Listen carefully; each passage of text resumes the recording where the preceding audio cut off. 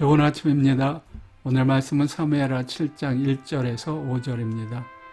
여호와께서 사방의 모든 대적을 파하사 왕으로 궁에 평안히 거하게 하신 때에 왕이 선지자 나단에게 이르되 볼지어다 나는 백향목 궁에 거하거늘 하나님에게 있는 휘장 가운데 있도다.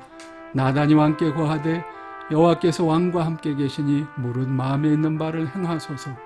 그 밤에 여호와의 말씀이 나단에게 임하여 가라사대 가서 내 종 다윗에게 말하기를 여호와의 말씀이 네가 나를 위하여 나의 거할 집을 건축하겠느냐. 오늘의 제목은 하나님의 잠 못 이루는 밤입니다. 성경을 사랑하는 사람들에게는 수천 년 전의 친구들이 많습니다. 그중 우리가 가장 친근감을 느끼는 사람 중 한 명이 다윗입니다. 다윗은 양면성이 있는 사람이었습니다. 그는 가난한 목동이자 영웅이었고요. 군인이자 시인이었고요. 성자이면서 죄인이기도 했습니다. 그렇지만 그의 모습 중 단연 두드러진 것은 하나님에 대한 지극한 사랑이었습니다. 다윗은 많은 여인들을 사랑했습니다.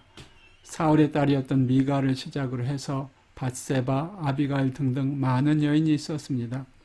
그는 요나단과 뜨거운 우정과 사랑을 나누었습니다.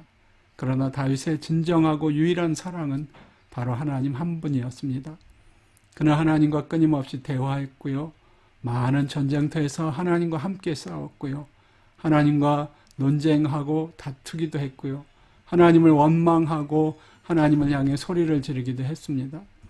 그러나 이 모든 일 가운데 그는 실로 마음을 다하고 영혼을 다해 주님을 사랑했습니다. 오늘 말씀에서 우리는 그런 다윗의 모습을 볼 수 있습니다. 다윗은 지금 오랜 전쟁을 마친 후 화려한 백향목궁에서 평안히 쉬는 시간입니다. 그러나 그는 그 좋은 백향목궁에서 마음껏 쉬지 못하고 있습니다. 하나님에 대한 생각 때문입니다. 다윗은 이 기쁨과 평안의 시간을 하나님과 함께하기 원합니다. 하나님과 함께하고 하나님을 가까이 모시고 싶었습니다. 그래서 다윗은 하나님의 전을 짓기로 마음에 결심합니다. 하나님께서 그 소식을 들으셨습니다. 그리고는 바로 그날 밤 급히 다윗에게 말합니다. 절대로 안 된다. 그러나 그렇게 말씀하시는 하나님의 목이 메인 듯 했습니다. 상상컨대 하나님의 눈에는 감격의 눈물이 어려 있으셨을 것입니다. 그리고는 계속 말씀하십니다. 네가 나의 집을 짓는 것이 아니라 내가 너의 집을 지을 것이다. 그리고 너의 보좌를 영원케 할 것이다. 바로 이렇게 해서 하나님의 아들은 다윗의 후손으로 이 땅에 오시게 되었습니다. 놀랍죠? 감격적이죠? 저는 이 다윗과 하나님의 모습이 바로 우리와 하나님 사이에 있어야 할 관계를 보여준다고 믿습니다. 우리는 하나님의 은혜를 잊지 못해 밤잠을 이루지 못하고요. 하나님은 우리의 감사에 대한 감격으로 잠을 이루지 못하시는 그런 관계입니다.